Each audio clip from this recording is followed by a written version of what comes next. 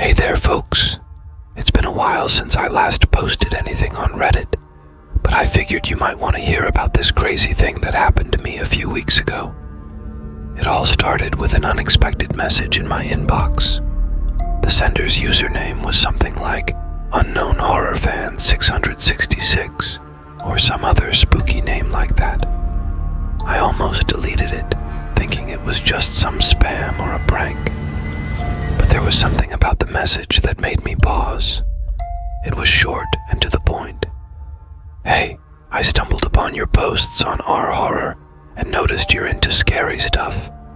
How would you like to join a small group of horror enthusiasts for a weekend getaway in a remote cabin in the woods? It'll be an experience you won't forget. Now, I know what you're thinking. Don't go to the cabin in the woods, idiot. It's a classic horror movie setup. And you're right, it totally is. But here's the thing. I've always been a sucker for a good scare. Plus, I figured it would be a great opportunity to meet some like-minded people and maybe even make some new friends. So, against my better judgment, I replied to the message and said I was interested. Almost immediately, I got a response with all the details. The location of the cabin, the date of our little getaway, and even a list of supplies to bring. It all seemed legit enough, so I packed my bags and set off for the adventure of a lifetime. Little did I know, the horror was just beginning. I arrived at the meeting spot on a Friday afternoon, where I was greeted by a small group of people who looked just as eager and nervous as I felt.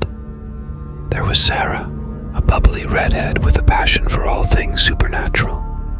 Jake, a tall guy with a beard who claimed to have seen every horror movie ever made. And Emily, a quiet girl with a dark sense of humor that sent shivers down my spine. We exchanged nervous smiles and introductions before piling into 2 cars and setting off towards the cabin. As we drove deeper into the woods, the trees seemed to close in around us, casting eerie shadows on the winding dirt road. I couldn't shake the feeling that we were being watched, but I chalked it up to nerves and tried to focus on the excitement of the weekend ahead. After what felt like hours of driving, we finally arrived at the cabin. It was a rustic wooden structure nestled in a clearing surrounded by towering pines.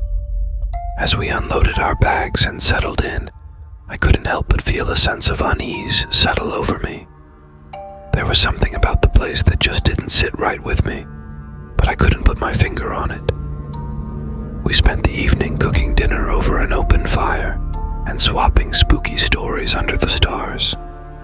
Despite my initial reservations, I found myself enjoying the company of my fellow horror enthusiasts and letting my guard down.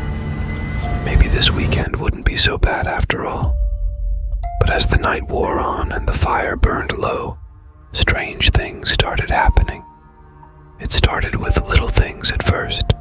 A creaking floorboard here, a flickering light there. We laughed it off as the quirks of an old cabin in the woods. But deep down, I think we all knew something wasn't right. Then, things took a darker turn. Sarah claimed she saw a shadowy figure lurking outside the window, but when we went to investigate, there was nothing there. Jake heard whispers coming from the attic, but when he climbed the ladder to investigate, the attic was empty. I tried to convince myself it was just our imaginations running wild, but deep down, I knew there was something sinister at play. And then, things got really scary. Late one night, as we sat huddled around the dying embers of the fire, we heard a blood-curdling scream echoing through the woods. It sounded human, but it was filled with such primal terror that it sent shivers down my spine. We huddled together, too afraid to move, as the scream echoed through the night again and again. And then, just as suddenly as it had started, it stopped. We spent the rest of the night huddled together, too terrified to sleep, as the woods around us seemed to come alive with unseen terrors. And that's when we knew we were in real trouble. As dawn broke over the horizon, we knew we had to do something. We couldn't stay in the cabin any longer, not with whatever was out there lurking in the darkness. So we hatched a plan.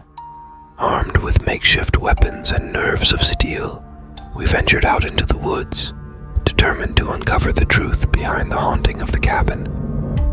We searched high and low, following the trail of clues left behind by whatever malevolent force was terrorizing us. And then we found it. Hidden deep in the heart of the forest, we stumbled upon an ancient ritual site, littered with strange symbols and blood-stained altars. It was like something out of a nightmare, a relic of a time long forgotten. As we stood there, frozen in fear, we knew we had stumbled upon something far more sinister than we could have ever imagined. And that's when we realized the truth. The cabin was not just a random target for whatever evil lurked in the woods. It was a trap, a lure to draw unsuspecting victims into the clutches of something far more sinister. But by then, it was too late. As we stood there, paralyzed with fear, we heard the sound of footsteps approaching from the darkness. We turned to face the threat, our makeshift weapons at the ready, but what we saw made our blood run cold. Emerging from the shadows was a figure unlike anything I had ever seen before. It was tall and gaunt, with sunken eyes that burned with a malevolent light. Its skin was ashen and twisted, its fingers ending in razor-sharp claws. And then, it spoke. Its voice was like nails on a chalkboard, grating and unearthly. It spoke of ancient powers and forgotten rituals, of blood sacrifices and dark magics. It spoke of a world beyond our own, a world of shadows and nightmares. And then, it lunged. We fought with everything we had, but it was no use. The creature was too powerful, too otherworldly. One by one, my friends fell, their screams echoing through the forest as they were dragged into the darkness. And then, it was just me.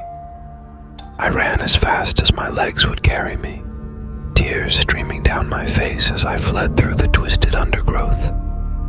I didn't know where I was going, only that I had to get away from that thing, away from the horror that lurked in the shadows.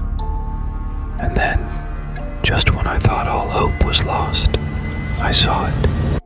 The faint glow of civilization on the horizon.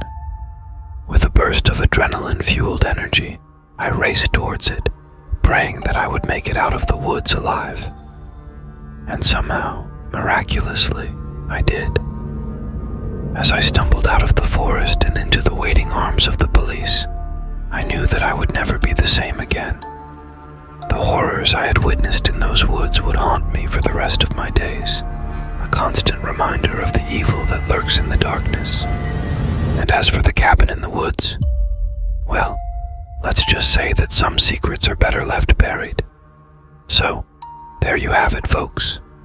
The story of the cabin in the woods, a tale of terror and survival unlike any other.